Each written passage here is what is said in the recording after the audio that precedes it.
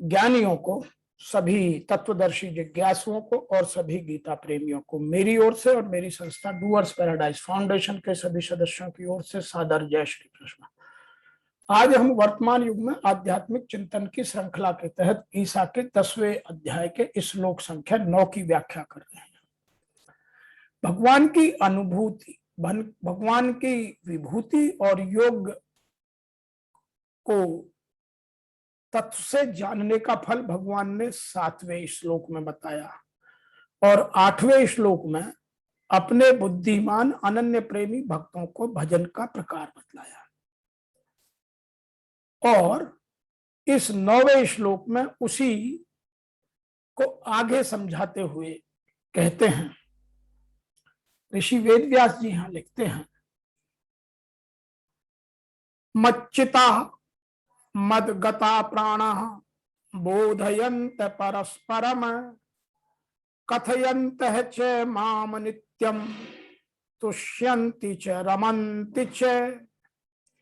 वो कह रहे हैं कि मुझ में चित्त वाले तथा मुझ में प्राणों को अर्पण करने वाले भक्तजन आपस में मतलब मेरे गुण और प्रभाव आदि को जानते हुए और उनका कथन करते हुए नित्य निरंतर संतुष्ट रहते हैं और मुझ में ही प्रेम करते हैं। तो यहां भगवान ने कई बातें एक साथ कहने की कोशिश की है। आइए उनको एक एक करके समझने की कोशिश करते हैं। यहां भगवान श्री कृष्ण कह रहे हैं कि निरंतर मुझ में मन लगाने वाले, तो वो कह रहे हैं कि कंटिन्यूअली दे आर रिमेम्बरिंग मी, मुझ में प्राणों को अर्पण करने वाले कि हम पूरी तरह से श्रद्धा के साथ आपको समर्पण करते हैं। मुझ वासुदेव के लिए ही जिन्होंने अपना जीवन अर्पण कर दिया, उसका नाम मदत प्राणा है। भक्तजन मेरी भक्ति की चर्चा के द्वारा आपस में मेरे प्रभाव को जानते हुए तथा गुण और प्रभाव सहित मेरा कथन करते हुए ही निरंतर संतुष्ट होते हैं और मुझ वासुदेव में ही निरंतर रमण करते हैं। तो यह बात बड़ी गूढ़ता की है। उसको साधारण मनुष्य समझे तो थोड़ा सा उसको अपनी बुद्धि का स्तर ऊपर उठाना होगा। मैं अभी इसकी और विस्तृत व्याख्या करता हूं। Let me explain in English. Some people are explaining mind me, explaining my nature to each other and always conversing. They attain satisfaction and happiness. Some people are explaining like this with their thought on me, with their life absorbed in me, instructing each other and ever speaking of me. They are content and delighted. वर्तमान में इसके भाव को गहराई से समझने के लिए इसका मतलब यह निकलता है कि अन्य किसी स्थान को न देकर मुझ में ही निरंतर चित्त को लगाने वाले, मुझ में ही प्राणों को लगाने वाले और सदैव मेरी प्रक्रियाओं का बोध करते हैं,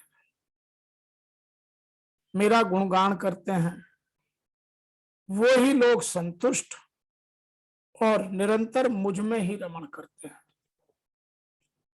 अब इस बात को थोड़ा सा और गहराई से समझें। उसके लिए यह आवश्यक है कि जब तक हम गहराई में डुबकी नहीं लगाते, अध्यात्म से इन चीजों को नहीं समझते, तब तक इन चीजों की जानकारी हमारे दिमागी या बुद्धि के ऊपरी सतह तक ही रह जाती है। अतः इनको अंदर तक ले जाने के लिए हमें इनको गहराई से समझना पड़ेगा। इस श्लोक में भगवान ने 6 बातें बताई हैं। अब 6 बातें कौन कौन सी हैं उनको मैं एक एक करके आपके सामने रखता हूं। सबसे पहले लिखा है मच्छिता। और फिर आगे लिखा है मदगत प्राणा। ये दो बातें स्वयं करने की हैं। अब मच्छता है मेरे में चित्त लगाना, और मदगत प्राणा है उनके प्राण मेरे को ही अर्पण हो। तो ये दो बातें हमें करनी पड़ेंगी, इनको कोई दूसरा नहीं कर सकता। अर्थात भक्त स्वयं को स्वतंत्रता पूर्वक ऐसे बन जाए कि इन दो चीजों को भगवान को समर्पित कर दे। अब आगे फिर दो बातें कही हैं, बोधयंत और कथयंत। तो बोधयंत और कथयंत ये दो बातें आपस में मिलने पर होती हैं। जब हम समाज में मिलते जुलते हैं तब हमारा बोध बढ़ता है, और तभी हम एक दूसरे से कथन होता है, विचारों का आदान प्रदान होता है। इसलिए समाज की भूमिका और इंडिविजुअल की भूमिका दोनों की बात भगवान श्री कृष्ण ने इस श्लोक में की है कि समाज में रह करके मैं बहुत सारी चीजें उनके साथ कथन करके, बातचीत करके सुन सकता हूं, समझ सकता हूं। और बोध अकेले में करने का है, तभी उन चीजों का बोध होता है। क्योंकि मैं जिन चीजों को दूसरों से सुन के आया, जब तक मैंने उनको आत्मसात नहीं किया। और बोध के लिए स्वार्थ का होना बहुत आवश्यक है। लोग स्वार्थ को बुरा कहते हैं। स्वार्थ का मतलब है स्वयं का अर्थ। जो स्वयं को जानता हो वही बोध कर सकता है। तो जब तक हम स्वयं का अर्थ ठीक से नहीं समझेंगे तब तक बोध नहीं हो सकता। और जो आगे की दो बातें लिखी है, तुष्यंती और रमंती, ये दो बातें इन चार क्रियाओं का फल है। ये फल स्वरूप होती हैं। तुष्यंती मीन्स वो खुश होते हैं, तुष्टि मिलती है, आनंद मिलता है। और रमंती मीन्स मेरे में रमते हैं, मेरा ही भजन करते हैं। तो इन छह चीजों को भगवान ने इस श्लोक में समझाने की कोशिश की है। आइए और गहराई से समझते हैं। भगवान ही से सब उत्पन्न हुए हैं और भगवान से ही सबकी चेष्टा हो रही है। अर्थात सबके मूल में परमात्मा है। यह बात जिनको दृढ़ता से और निसंदेह पूर्वक जच गई, उनके लिए कुछ भी करना, जानना और पाना बाकी नहीं रहता। बस उनका एक ही काम रहता है, सब प्रकार से भगवान में ही लगा रहना। तो यहां आया है मच्चिता। वो मेरे में चित्त वाले हैं। एक स्वयं का भगवान में लगना होता है और एक चित्त को भगवान में लगाना होता है। दो बातें। जहां मैं भगवान का हूं ऐसे स्वयं भगवान में लग जाता है। और जहां चित्त, बुद्धि आदि सब स्वतः भगवान में लग जाते हैं। कारण है कि कर्ता स्वयं के लगने पर करण, मन, बुद्धि और चित्त आदि अलग थोड़ी रहेंगे, वो स्वयं लग जाएंगे। करणों के लगने पर कर्ता अलग रह सकता है, पर कर्ता के लगने पर करण अलग नहीं रह सकता। करण वही रहता है जहां कर्ता रहता है। अतः इस बात को समझना बहुत आवश्यक है। दूसरी बात कही है कि चित्त वहीं लगता है जहां प्रियता होती है, और प्रियता वहां होती है जहां अपनापन होता है, प्रेम होता है, आनंद मिलता है, आत्मीयता होती है। यदि प्रेम है, आनंद है, आत्मीयता है तो अपनापन होना स्वाभाविक है। और भगवान के साथ स्वयं संबंध जोड़ने से मैं केवल भगवान का हूं और केवल भगवान ही मेरे हैं। शरीर संसार मेरा नहीं, मेरे पर प्रभु का पूर्ण अधिकार है। इसलिए वह मेरे प्रति चाहे जैसा बर्ताव या विधान कर सकते हैं, परंतु मेरा प्रभु पर कोई अधिकार नहीं। अर्थात वो मेरे हैं तो मैं जैसा चाहूं वो वैसा करें, ऐसा मेरा कोई अधिकार नहीं है। इस प्रकार जो स्वयं को भगवान का मान लेता है वह अपने आप को भगवान को अर्पित कर देता है। ऐसे भक्त को ही यहाँ मच्चिता कहा गया है। अब आती है बात मदगत प्राण, उनके प्राण मेरे ही अर्पण हो गए हैं। प्राणों में दो बातें होती हैं, एक जीना और एक जीने की चेष्टा करना। उन भक्तों का जीना भी भगवान के लिए है और शरीर की संपूर्ण चेष्टाएं, क्रियाओं भी भगवान के लिए है। जिनकी जितनी क्रियाएं होती हैं उनमें प्राणों की ही प्रमुखता होती है।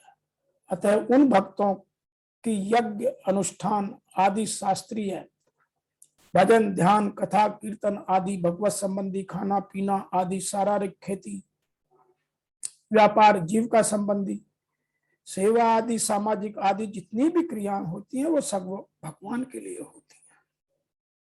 उनकी क्रियाओं में क्रिया भेद तो होता है पर उद्देश्य भेद नहीं होता। उद्देश्य उनका प्रभु के लिए होता है।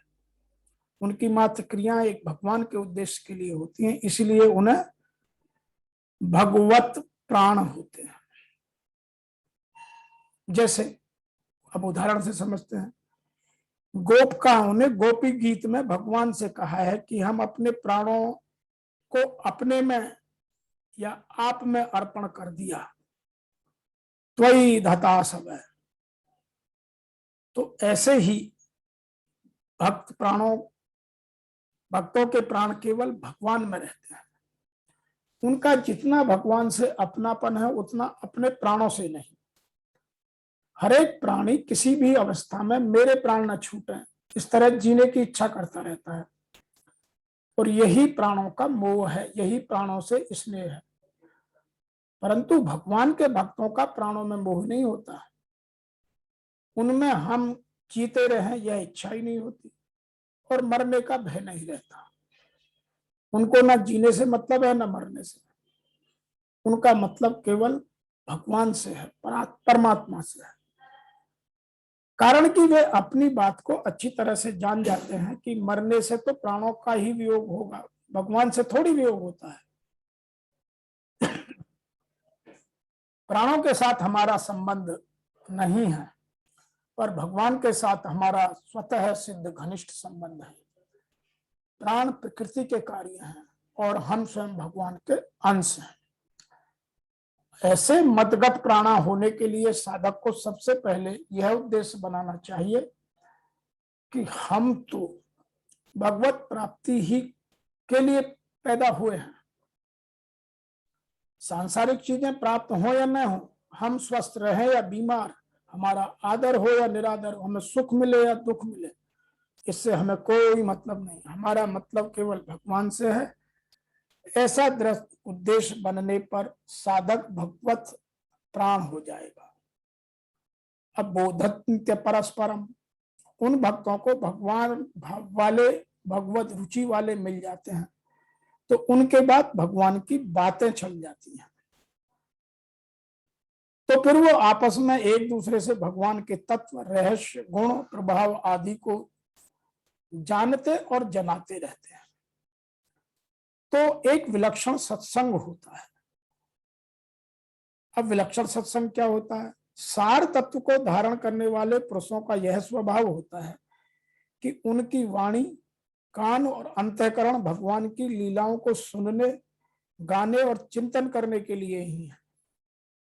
जैसे लंपट पुरुषों को स्त्रियों की चर्चा नयापन मालूम देता है, ऐसे ही भक्तों को भगवान की लीलाओं, कथाओं और नित्य में नयापन मालूम होता है। तो लंपट लोगों से हमेशा दूर रहना आवश्यक है। यहां एक और उदाहरण दिया गया है। जैसे दीपक के नीचे अंधेरा होता है, पर दो दीपक एक दूसरे के आमने सामने रख दिया जाए तो दोनों दीपकों का अंधेरा स्वयं दूर हो जाता है। फिर कोई से भी दीपक के नीचे अंधेरा नहीं रहता है। ऐसे ही जब दो भगवत भक्त मिल जाएं और आपस में भगवत संबंधी बातें करते रहें, तब किसी के मन में किसी प्रकार की कोई शंका नहीं रहती है, ना उन शंका का भाव उनके मन में कोई पैदा होता है। परंतु अकेले में भगवान का चिंतन करने से उतने भाव प्रकट नहीं होते अगर भाव प्रकट हो भी जाए तो अकेले अपने पास ही रहते हैं, उनका आदान प्रदान नहीं होता। अतः यहां हमें बोधयंत परस्परम शब्द के अर्थ को इस तरह जानना आवश्यक है। अब आया कथयंत क्षमाम, उनको भगवान की कथा लीला सुनने वाला कोई भगवत भक्त मिल जाता है तो भगवान की कथा लीला कहना स्वयं प्रारंभ कर देते हैं। जैसे सनकादिक चारों भगवान की कथा कहते हैं और सुनते हैं, उनमें कोई एक वक्ता बन जाता है तो 3 श्रोता बन जाते हैं। ऐसे ही भगवान के प्रेमी भक्तों में कोई सुनने वाला बन जाता है तो उनको भगवान की कथा, गुण, प्रभाव, रहस्य आदि सुनते और सुनाते हैं। और कोई सुनने वाला मिल जाता है तो स्वयं सुनने लग जाते हैं। परंतु उनमें सुनाते समय वक्ता बनने का अभिमान नहीं होता और सुनते समय श्रोता बनने में लज्जा नहीं आती। तो यहां अभिमान और लज्जा को भी उन्होंने विशेष रूप से परिभाषित किया है। नित्यम तुष्यंति च, इस तरह भगवान की कथा, लीला, गुण, प्रभाव, रहस्य आदि आपस में एक दूसरे को जानते हुए उनका कथन, चिंतन, मनन करते हुए भक्त निरंतर संतुष्ट रहते हैं। तात्पर्य है कि उनकी संतुष्टि का कारण भगवान के सिवाय कोई दूसरा रहता ही नहीं। और इस श्लोक में जो अंतिम शब्द है वो है रमन्ति च, वे भगवान में ही रमण अर्थात प्रेम करते हैं। इस प्रेम में उनमें और भगवान में भेद नहीं रहता। तस्मितं जन्ने भेद अभावात, नारद सूक्ति के सूत्र है ये। कभी भक्त भगवान का भक्त होता है तो कभी भगवान अपने भक्त का बन जाता है। देखिए कितनी विशेष बात है, कभी भक्त भगवान है और कभी भक्त भगवान। तो भक्त और भगवान आपस में एक दूसरे का सुनने सुनाने का प्रकरण बदलते रहते हैं। कभी भगवान सुनता है, भक्त सुनाता है, कभी भगवान सुनाता है तो भक्त सुनता है। तो यह एक अजीब से प्रेम और आनंद की पराकाष्ठा है। इस वर्णन से साधक को इस बात की तरफ ध्यान देना चाहिए कि उसकी हर एक क्रिया, हर एक भाव आदि प्रभाव केवल भगवान की तरफ हो, अन्य किसी चीज की तरफ ना हो, इस संसार और प्रकृति की तरफ ना हो। यहां एक बात और भी कही है।